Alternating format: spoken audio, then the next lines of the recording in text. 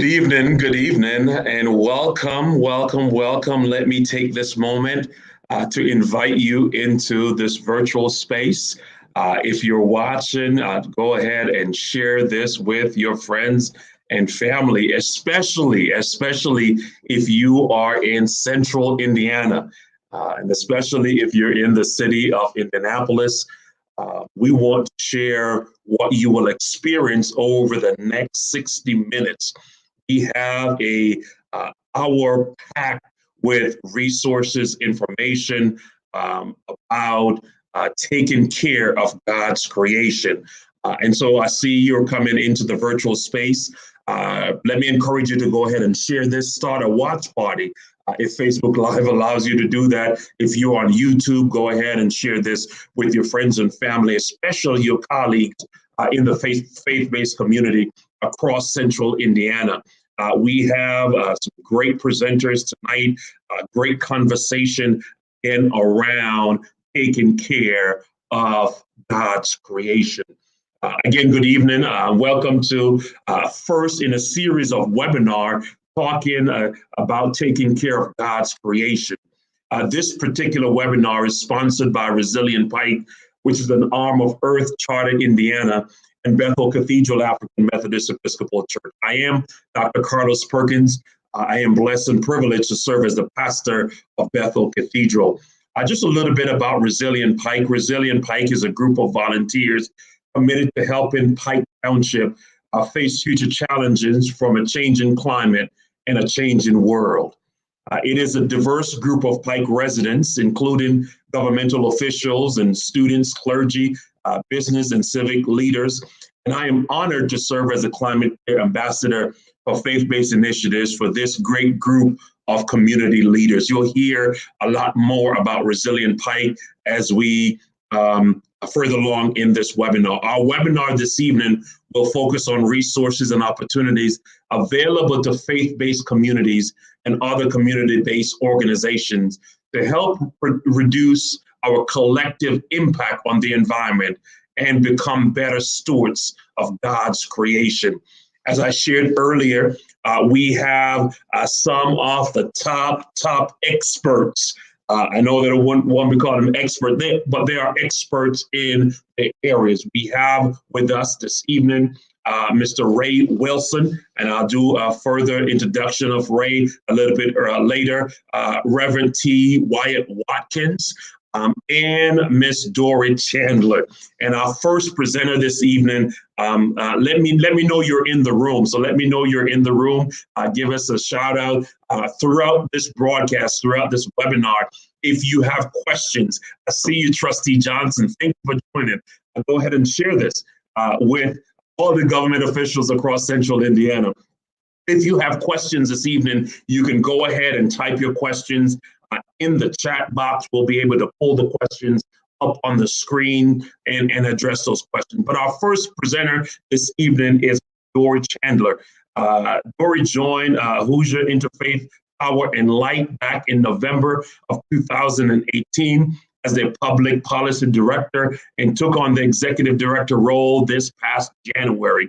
At Hoosier Interfaith Power and Light, she advocates for fair utility rates and practices, works to expand renewable energy and access, and educate congregations about the importance of working together to implement lasting and comprehensive changes that strengthen and sustain our communities. She's also a fighter for environmental justice that's impacting our community, bringing our faith communities together to be a moral voice for climate change and ensuring the long-term health of our democratic institutions. Dori has a master's degree in urban planning from Hunter College there in New York. And all right, I'm a New Yorker. You know, that speaks to me. And a bachelor's in environmental studies from the University of North Carolina. I will not hold that against her. I graduated from University of Maryland, College Park and Chapel Hill, and Maryland has always have a rivalry. So let me go ahead and invite Dori to the screen. Welcome, Dori. Welcome. We are excited that you are here and excited to hear your presentation this evening. Individuals are coming into the room. And again, if you're here Hi, Sister Spalding. Rosemary Spalding is in the room. Resilient Pike is in the room. Annette Johnson is in the room. And so, Dori, I'm going to turn it over to you to share with us what you have for us this evening. Awesome. Well, thank you so much, Dr. Perkins and Resilient Pike, for hosting us today for this conversation. I am just so delighted to be here. And I'm going to go ahead and share my screen so we can connect a little bit more. And you may see somebody familiar on it in just a second. So, all right. So, Hoosier Interfaith Power and Light, why are we here today? HIPPL was founded with the principles that it is our role as humans to live in harmony with God's creation. In doing so, we need to understand how climate change is impacting Indiana's environment. We need to act responsibly with regards to our energy usage and consumption, and we need to limit our individual and communal carbon footprint.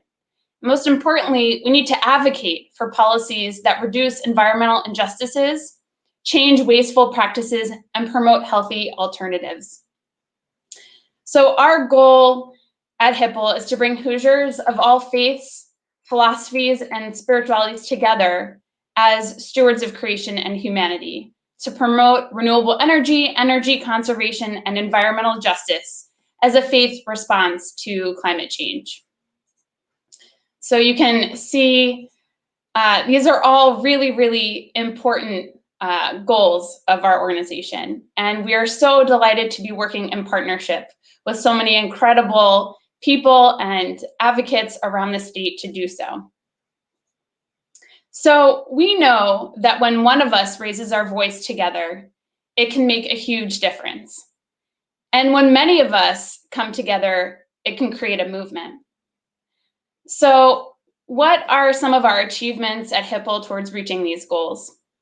HIPPL has played a key role in the transition away from coal and other fossil fuels to promote renewable energy through our organizing work around the state. We have fought bad bills at the State House, fought utility energy rate increases at the Regulatory Commission, are currently working to get an extension of net metering heard, which is the ability to get fair market value for the solar energy produced by Hoosiers at their homes, in their congregations, and schools, and places of business. We've also helped more than 50 congregations to get solar and hundreds more to increase the energy efficiency of the buildings and congregation and their congregants' homes' energy usage. Ray Wilson will talk more about this in a bit. So how do we do all this? We at HIPPL believe there are three frameworks for change. Change meaning to undergo transformation, transition, or substitution in our society. And change is imperative in order to address these systemic issues.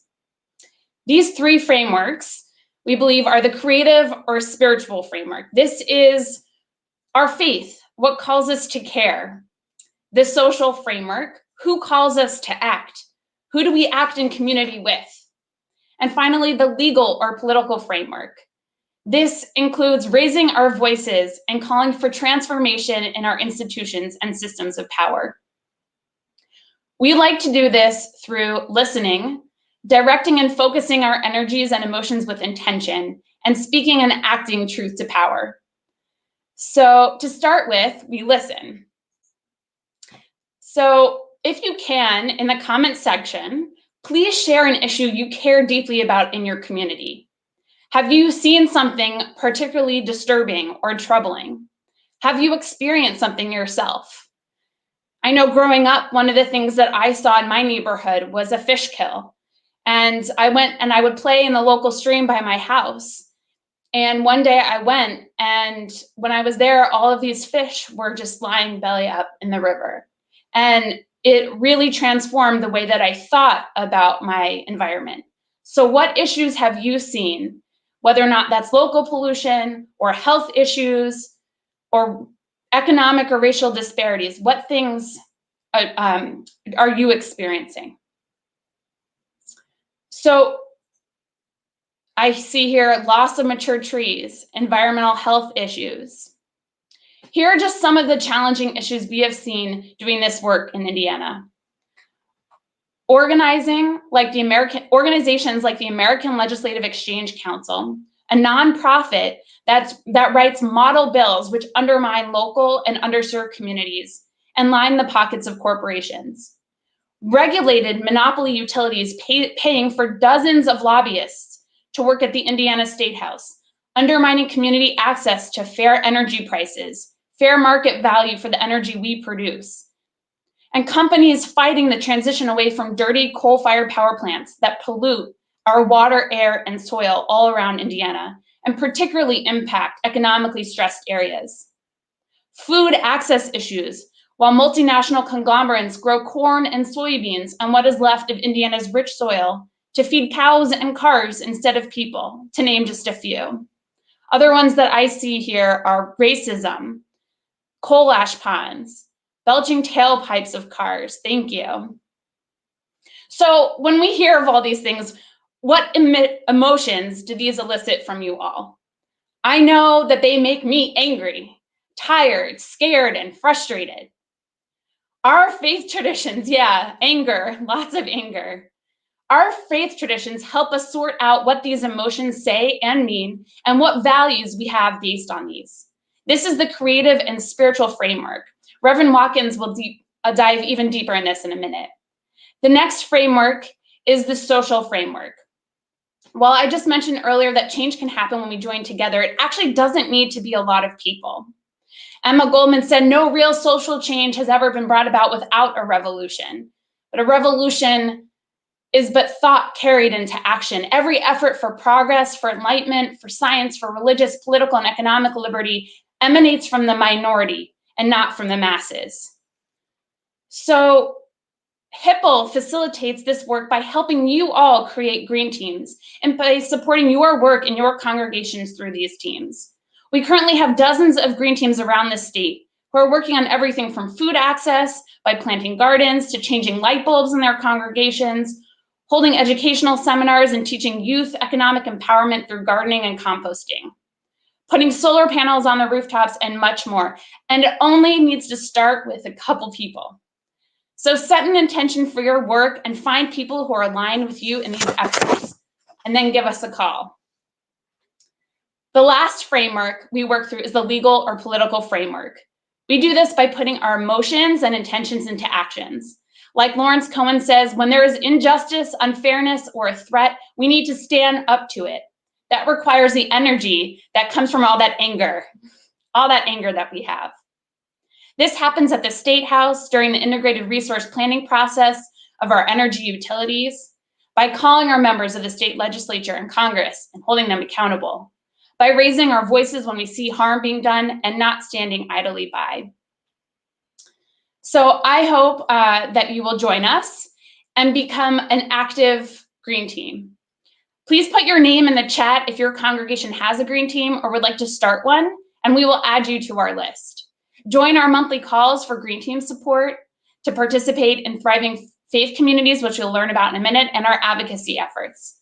And apply to our Energy Savings Relief Grant, which we'll talk more about hopefully, but please apply. You can get up to $1,000 to go towards energy efficiency improvements at your congregation.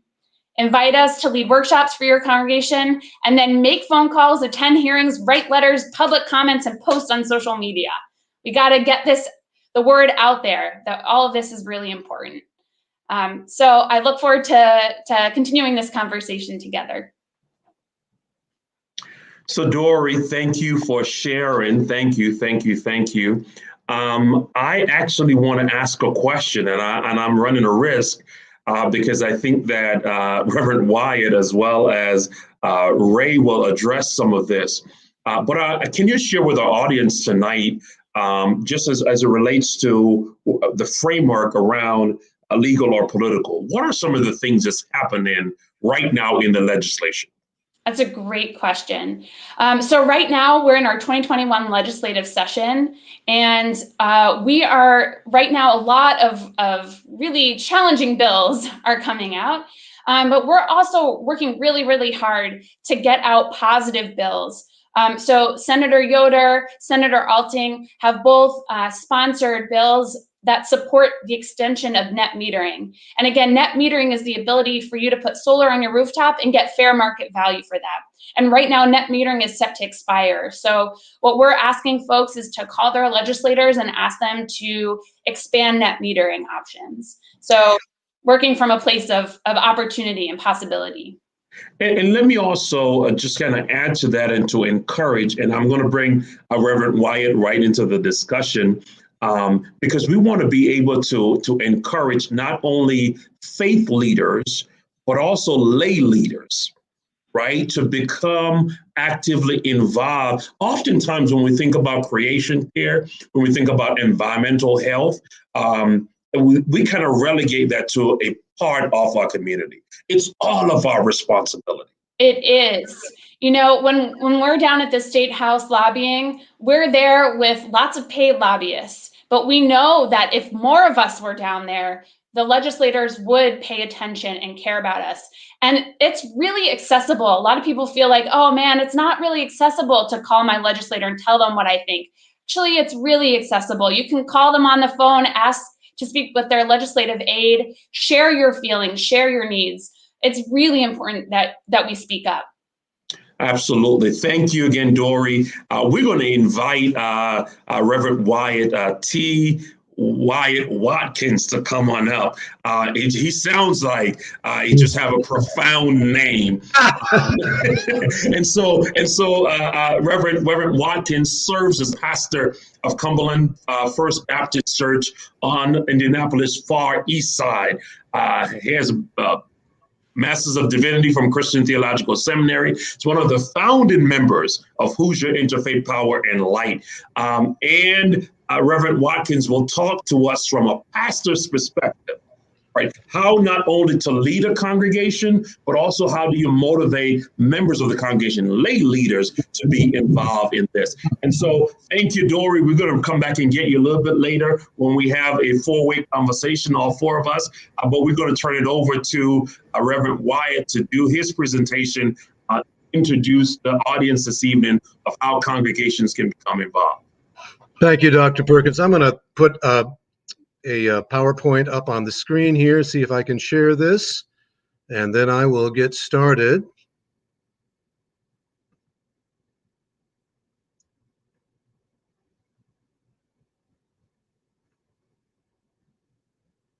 Can everybody see that?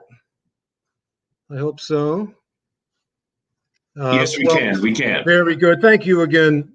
So good to be in the mix this evening, and it's so great to hang out with Ray and Dori. You know, across the broad expanse of the U.S. from places far away, we gather and come together. So just to say a little bit more about me, I go back pretty far to Hipple. In fact, just before Hoosier IPL launched, when it was just a working group. And I thought I would say a little bit about what we often think of as an elevator speech, just briefly share what I typically would like people I'm talking about with this issue to know about me and how I found this cause and why. And I'll speak pastorally first. What I always say is that I was active in all kinds of endeavors in ministry and in life that I believe were really important, really meaningful. Life was full. It was busy for me as a pastor, as a musician, also as a father of four. When I began to notice, as the children began to grow up, with what frequency I heard myself apologize to them, to begin to apologize to my own children for the wreck of a planet my generation was about to bequeath them. And I said it, kind of jokingly, and then those words really begin to burn bitter in my mouth. Apology was not an option. It was not enough, because, my generation knew better. It knows better. So I determined to do better, to do something, and I knew they needed to see it. And I'm so happy to say that over those series of years since I got active, my children have grown, and one is now a biologist and an urban farmer. Another is an environmental scientist. One is a soon-to-be doctor, a pediatrician, another doing grad work in English. But all of them get it. They're all involved in this most urgent task that we're involved in regarding the earth and its welfare. But I'm still on the hook for the well-being of others downstream of both time and place, and still in the game. For we are caught in the fever pitch of a battle. It's a battle really for hearts and minds. It's a bid to mobilize people of faith to engage in really some of the most critical, if not the most critical, issue of our time, the climate crisis. Now, admittedly, this is an odd moment to be doing this, and I commend each and all of you who are a part of this this evening. It's difficult to be a faith leader on this at this moment of global pandemic. That's changed our focus on so many levels. We're getting through this global crisis, but it is far from resolved, and this kind of dominates our attention. So just bear with me as I share some notions related to faith about this other crisis of climate, which is actually quite related even to the pandemic, but how we can and must act whatever the hour of the world. I wonder what best describes your majority audience as you come on. You think about, is it your congregation, your neighborhood, your workplace, your own family? And then if you look on the right-hand column there, you might comment on whether people are dismissive, doubtful, disengaged, cautious, concerned, alarmed, where they are on this spectrum. In fact, I would even invite you to hold one person in your mind for the next few minutes. Someone not here, maybe wouldn't be caught dead here in our presentation this evening. Maybe a parent or a sibling, an aunt, an uncle, a cousin, a fellow congregant, a neighbor, a coworker. Think of that person. And then think also of a group to keep in mind with which you affiliate, like your faith congregation, maybe a Sunday school class, maybe a church committee, maybe a trustee board, and just hold that individual and that group in your mind. Okay, why is this so hard? Why so hard to move and mobilize people of faith to act boldly to address this crisis of ecology, of environment, particularly the devastating risk of climate change? I'm a sucker for alliteration. So I want to go through what I consider broadly speaking, three roadblocks to action that faith leaders and congregations face around climate. And the first of these is the problem, the ever-present problem of attention. We're overwhelmed. We're overwhelmed in pandemic. Normally, I might ask you to raise your hand if your congregation sometimes struggles just to keep the ministry ship afloat. Beyond the pandemic, though, what are the most pressing problems or societal causes that dominate congregational life in your setting? Think about that. Maybe list one of those in the comments. Climate does not typically poll highly on national surveys of top concerns, although I think it's doing better. Congregational priorities follow suit. Here, the most important thing I can say about this, however, is that the threat of climate disruption touches every aspect of our lives. It touches everything. It is impacting and will continue to impact all our faith challenges, all our faith commitments, all of those things you might list in comments as important. Whatever is going on with climate, it gets worse. It gets more challenging. Well, related to the struggle to get people's attention on climate is the problem of apathy. The perceived remoteness of the threat of climate change. It's not really our problem. We hear that so much. It belongs, to polar bears or coastal dwellers or Californians who built their homes too close to where wildfires rage, right? But of course, all this has been changing. We each likely know people who have endured floods and fires related to climate change. We ourselves experience hotter summers, more violent storms. We deal with poor air quality and unequal exposure to air and land and water toxics, depending on where we live. This is increasingly everyone's problem. Apathy is not an option.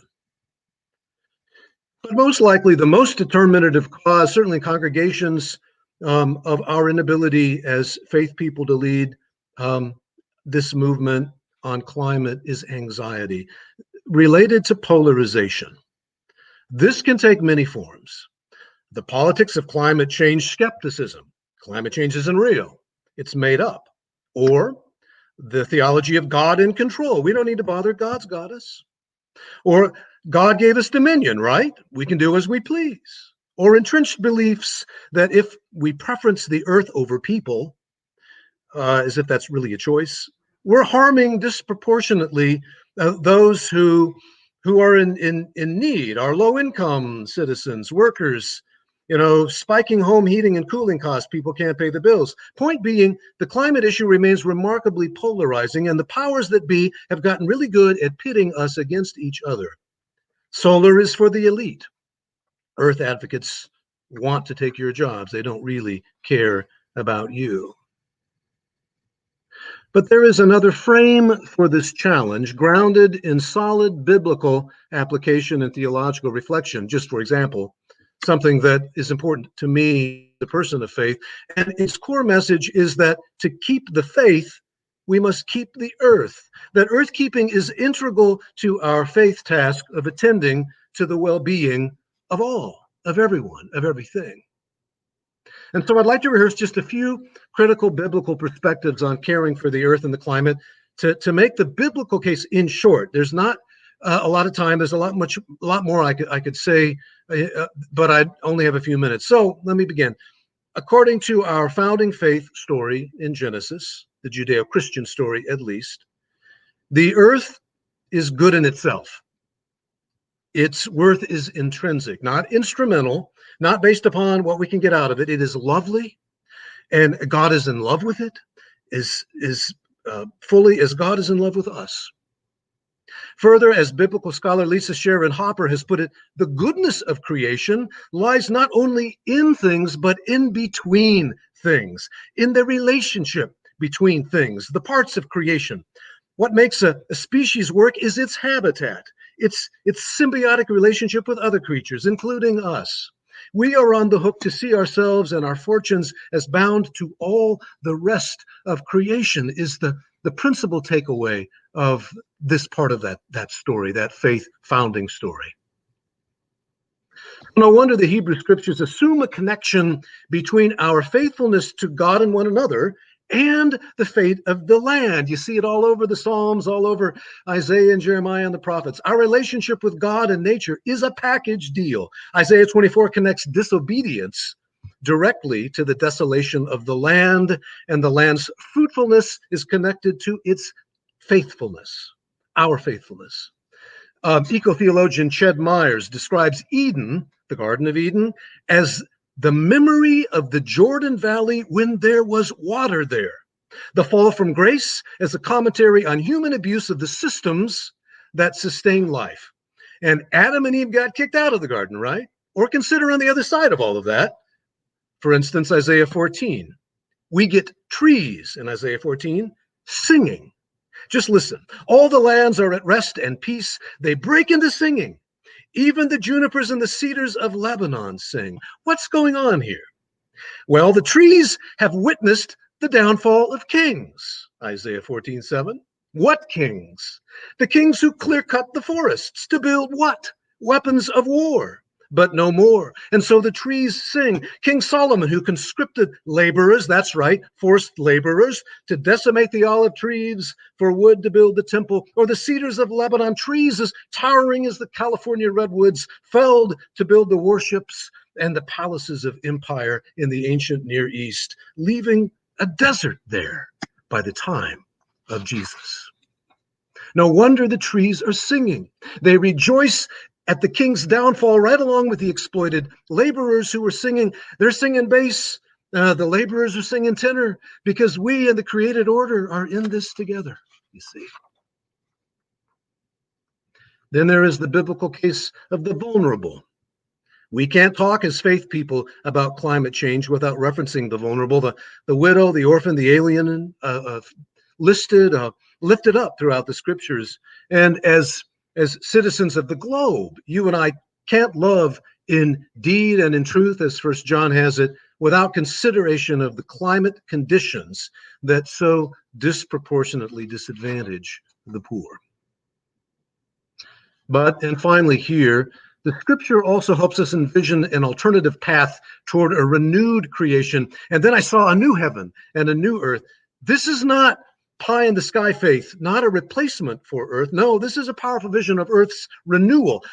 I think it is possible and fruitful to preach on Revelation 21 in light of the Green Revolution. I think you can preach about the new heaven and new earth with the imagery of renewable, sustainable energy. I think you can preach on Revelation 21, the new heaven and new earth, in terms of urban farms and rewilding urban spaces, of cleaned up coal ash lagoons and Superfund sites.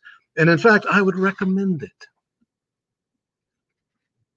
I think the imagery of Revelation looks a lot like the imagery of Eden.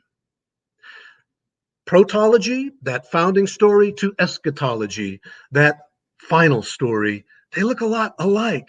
And here is an early American Baptist statement, my denomination, on ecology that I've kept with me and close to my heart for decades now. And I think it goes right along with this. Eco-justice is the vision of the garden in Genesis, the realm and the reality of right relationship.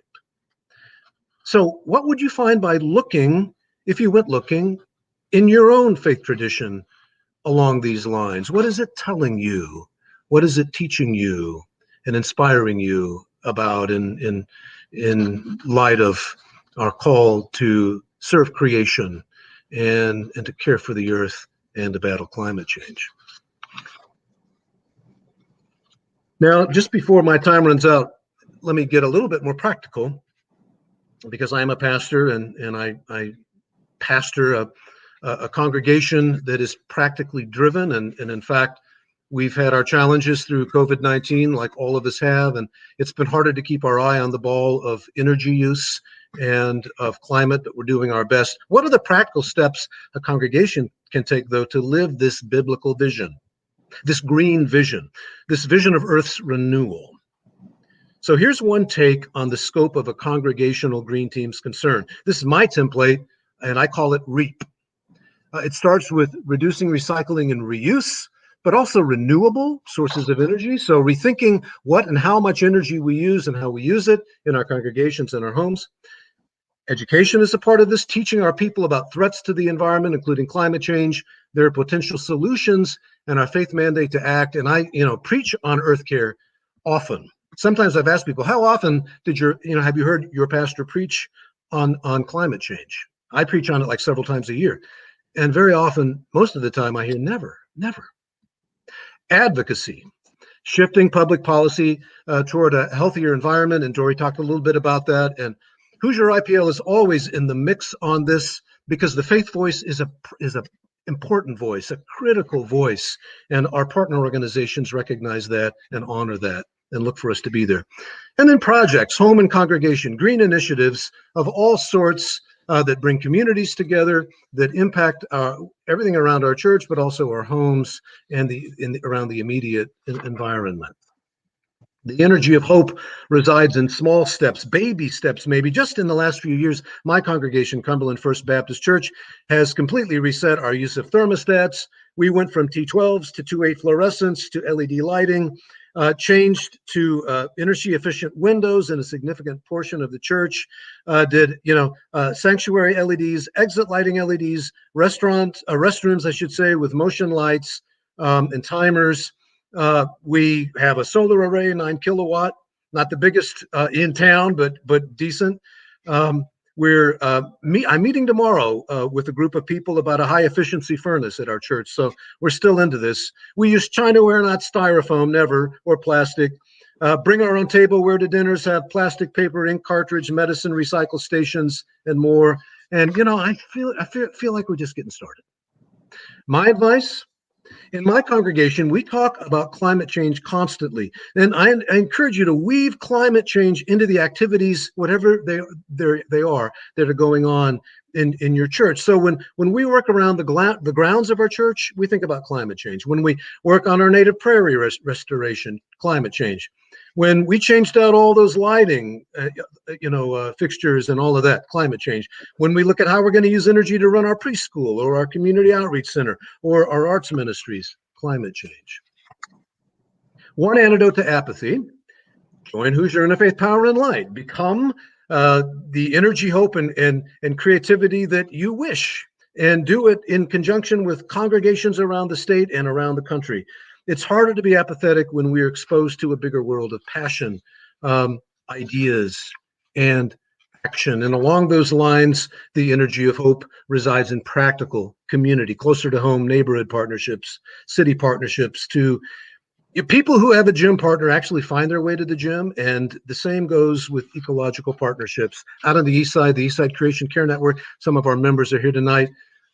We share things that are happening, and we mirror and mimic one another, and good things take place. Finally, and again, good for the chat and along the lines of what Dori shared, what is your congregation green team currently doing in one or more of these areas, if you have one? What are the current struggles or roadblocks as you pursue these goals?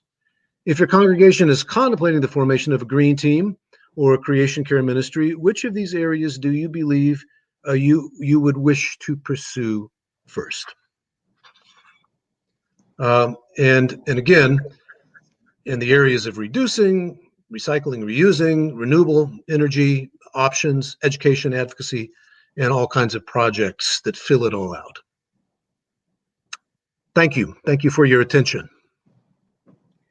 So thank you, Pastor Watkins. There are so many questions that I have. And at a risk, we still have another presenter coming up, Ray Wilson, that's in the room waiting. But there are a couple of things, Reverend Watkins, as a fellow clergy person, as well as thinking about even in my own faith tradition. We oftentimes, as you were presenting, one of the things that came to me was we oftentimes preach and teach about taking care of the temple, taking care of your bodies. Mm-hmm. A part of taking care of your body is to take care of the environment in which your bodies live. Yeah. Because as Dori was presenting, there are environmental health issues that we are experiencing because we're not good stewards over the environment. And so as you were talking, that really resonated with me. And really, as a pastor, as a faith leader, and how do I preach? How do I teach? Revelations 21, it talks about a new heaven and a new earth, because oftentimes when we read that scripture, when we make we try to explain, exegete it to a congregation, we think about a new heaven and a new earth, not taking responsibility for the world in which we live in now. Yeah. And so what is your advice to faith leaders that may be watching to say, okay, how do you start the process? You preach regularly to your congregation. But if there's a pastor, if there's a faith leader online right now that's saying, well, I would like to start somewhere. Mm-hmm. Where can I start? Oh, I think in those settings, the most critical thing is to appraise the scripture in terms of its addressing of these fundamental questions about human physical well-being, environmental well-being, creational well-being. It's just the case that if you read carefully, the wisdom literature of the Hebrew scriptures, the prophetic tradition, and many places in the New Testament as well, you find a kind of unity of all of these things that in our dualistic thinking is just missing. This mind-body problem we have, this way of separating out the material from the spiritual. The material is spiritual. This earth is imbued with the glory of God in creation, and we ought to be lifting that up and finding ways to do that. A great resource is the Green Bible. The Green Bible is a resource that allows us to see in vivid terms just how green the scriptures are in their themes, and how integral care for the earth is to care for individuals, care for congregations, care for community life. As I said earlier, kind of tongue-in-cheek, it's a package deal, and that is the case. So that's certainly one place to start, I think. Another one is, I was going to say, a second one has to do with taking seriously the call of the scriptures to care for the orphan, the alien, and the widow, that is, the poor, the vulnerable. This is something that everyone can agree on, that our faith calls us to care for those who are most at risk, most vulnerable. This is exactly what we're trying to do in the climate movement, is understand who is under fire in this movement, who is in the path of destruction if climate gets out of hand. And this allows us to draw upon the compassion of our people, of our good people in our congregations. So at a risk of Ray, we're going to pull you in now because we want to give you your time to be able to present before we engage in a conversation. But Pastor Wyatt, I will tell you a part of my testimony that I've shared with Resilient Pike as I became involved in the organization over 2 years ago was my assignment prior to coming to Indianapolis was in the Virgin Islands, in the U.S. Virgin Islands, in Croy. And in 2017, in the span of less than 2 weeks, we lived through 2 Category 5 hurricanes. And it literally transformed me as a person, as a faith leader, and what I teach, preach, and live as it relates to the environment.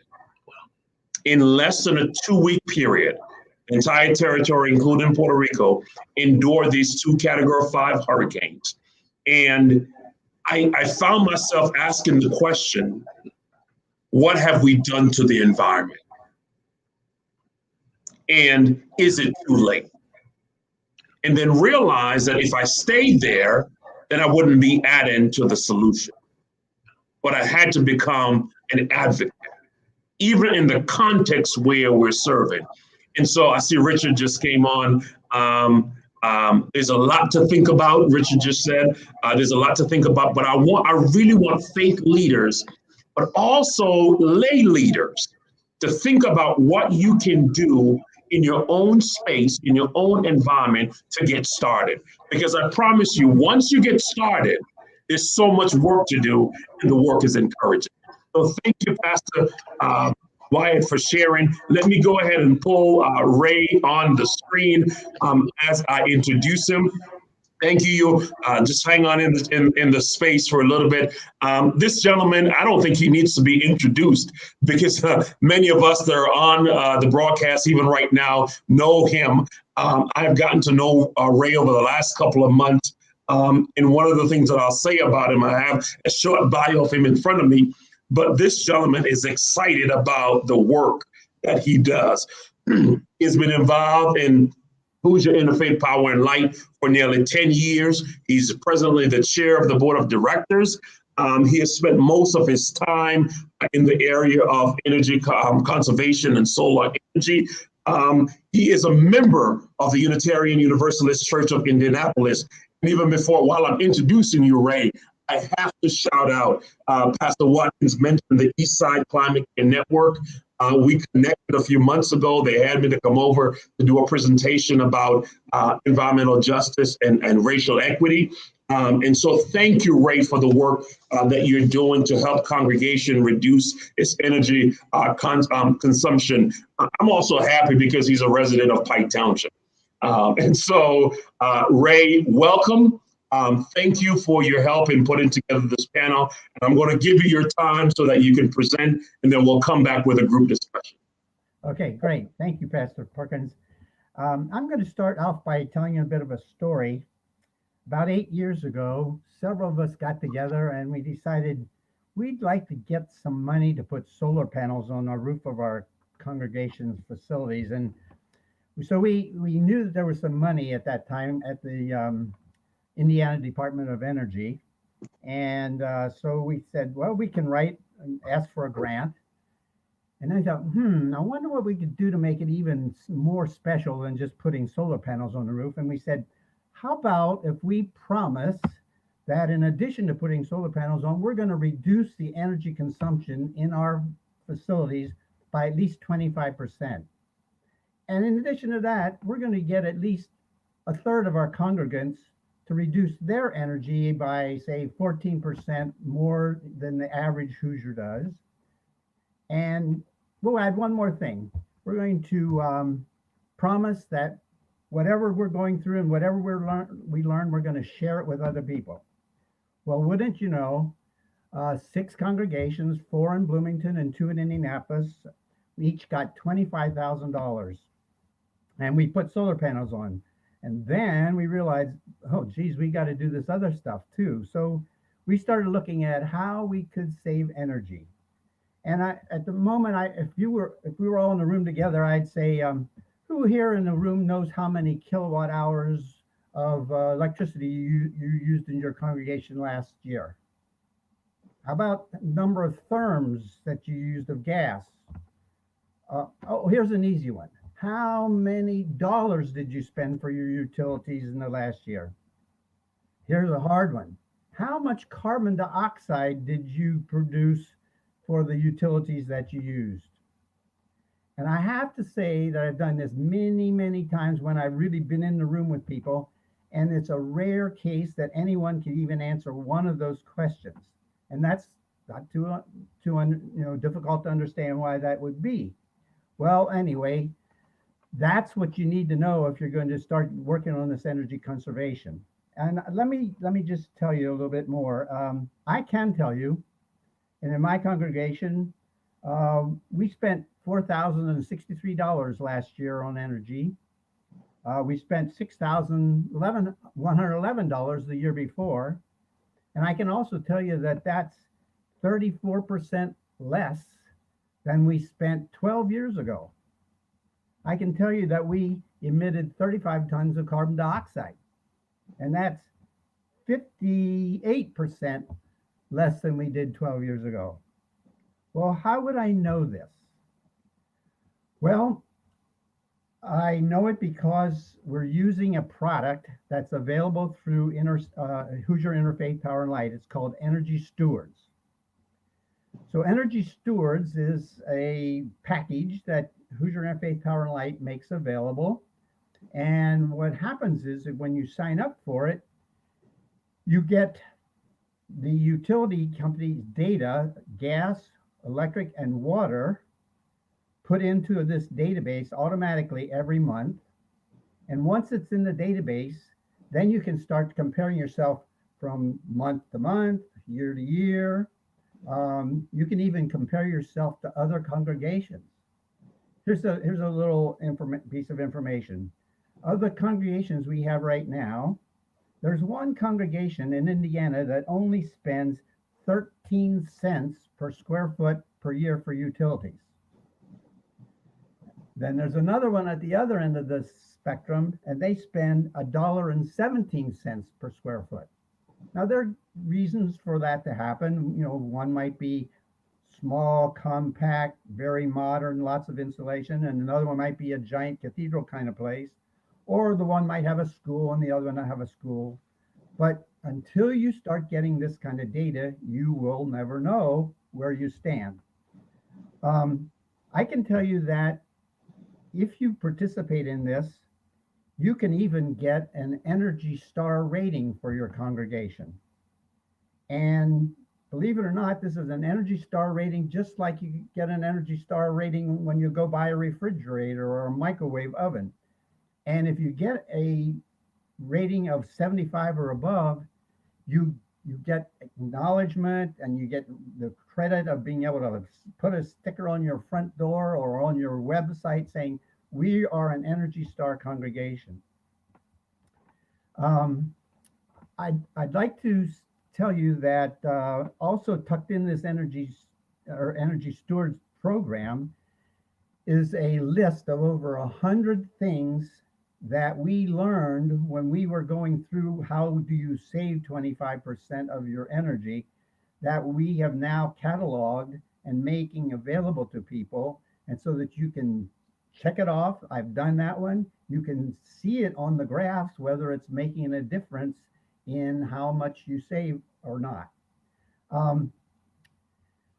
I can tell you, Pastor Perkins mentioned I'm with the Unitarian Universalist Church of Indianapolis, that by going through what we went through, we have changed the culture of our congregation. We are a different place than we were 10 years ago.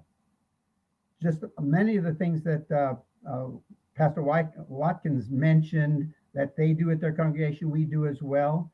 we're finding, as a matter of fact, that we're attracting more young families to our congregation because they find this to be important, and they see if that's the value of this organization, they want to be part of it. Now, I want to tell you one more thing, and then I'll pass it back to Pastor Perkins.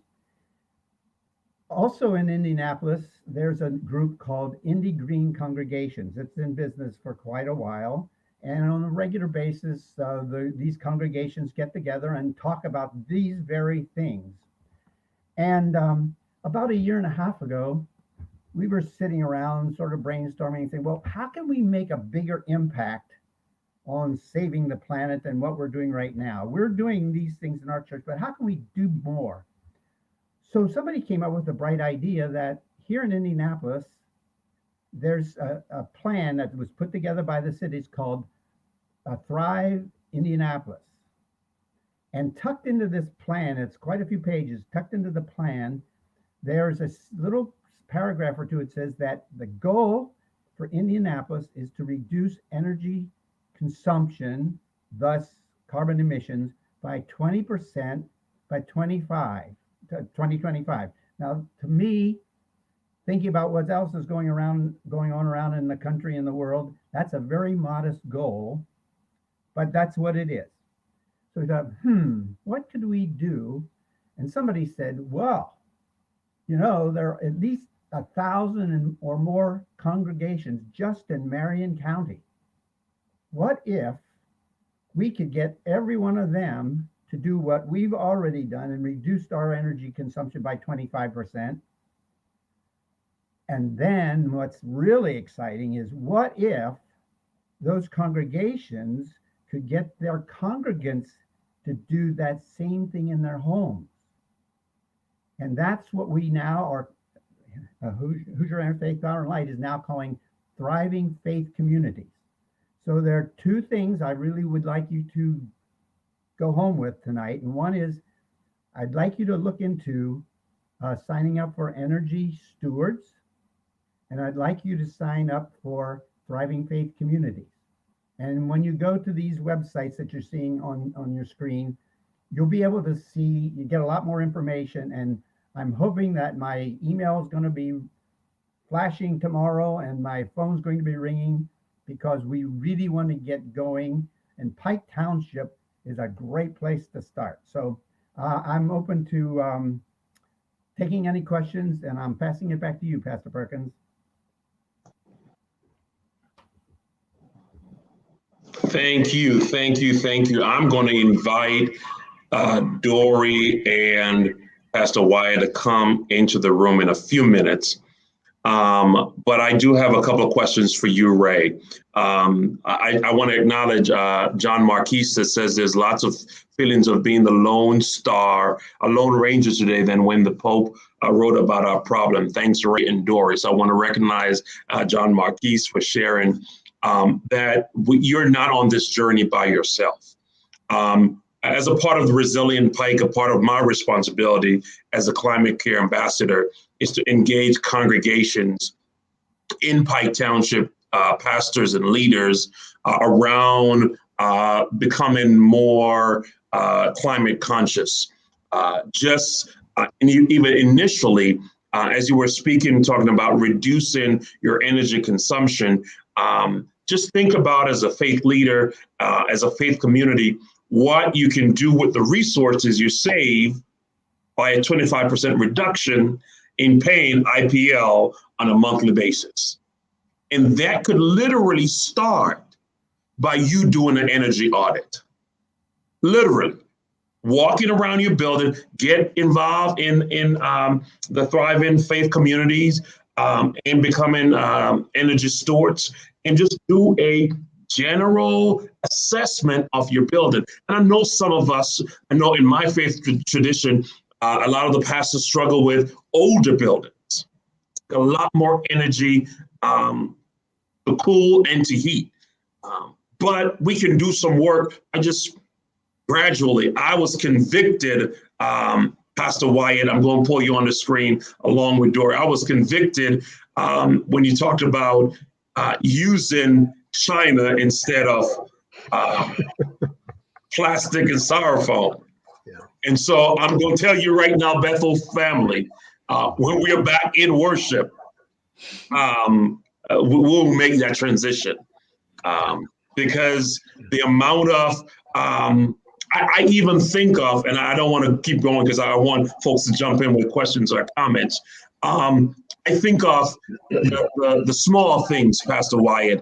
How many times they have to come and pick up garbage from the church on a monthly basis, right? And throughout this pandemic, we've been able to reduce that all the way down because we don't have traffic in the church. Yeah. But then I started to think a few months ago, what are the things that we're putting in the garbage? Right? Are we recycling paper? Right? We are printing bulletins every Sunday. Yeah. We are printing 150 bulletins every Sunday. And at the end of worship, 100 of those bulletins will be on the floor. Yeah. All of them eventually will be.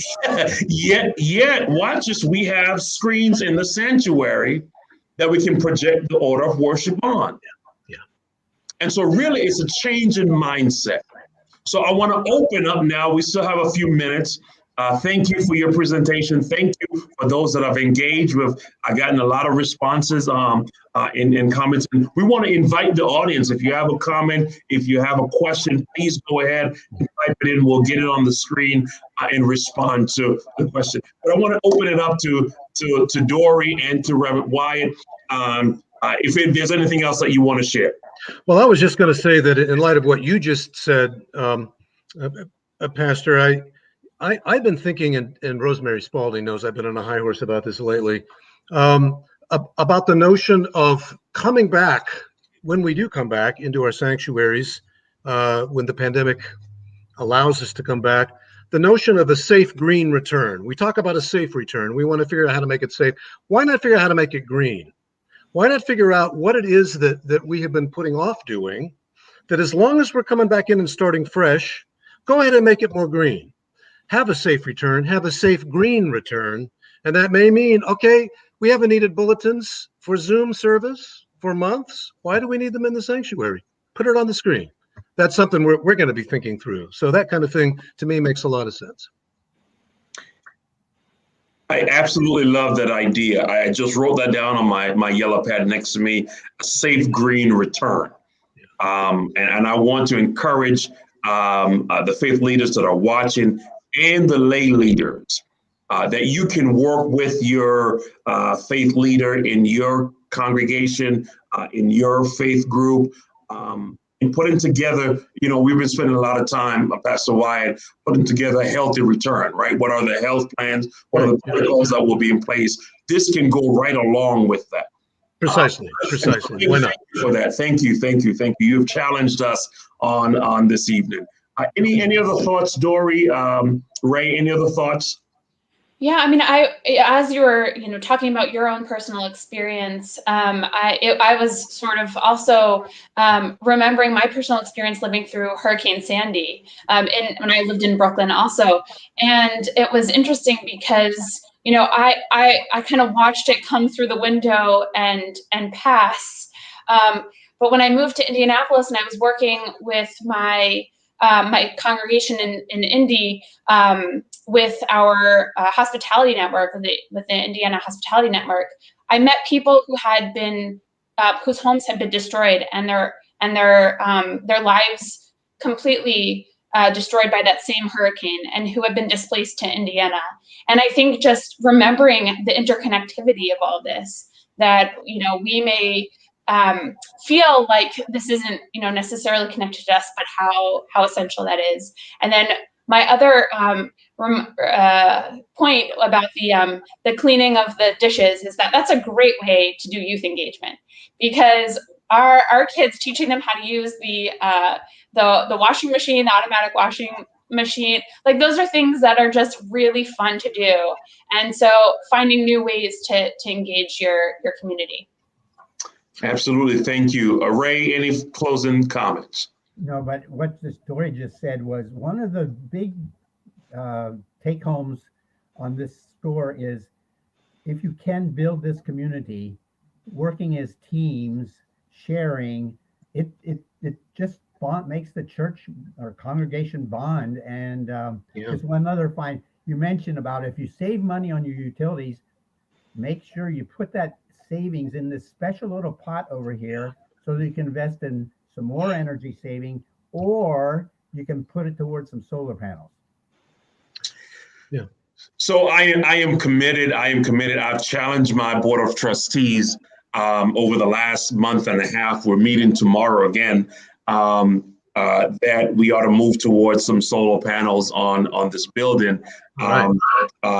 John Gibson, a good friend, that is dancing with the angels even right now, because he would love all of this. Was the one that got me involved in Resilient Pike.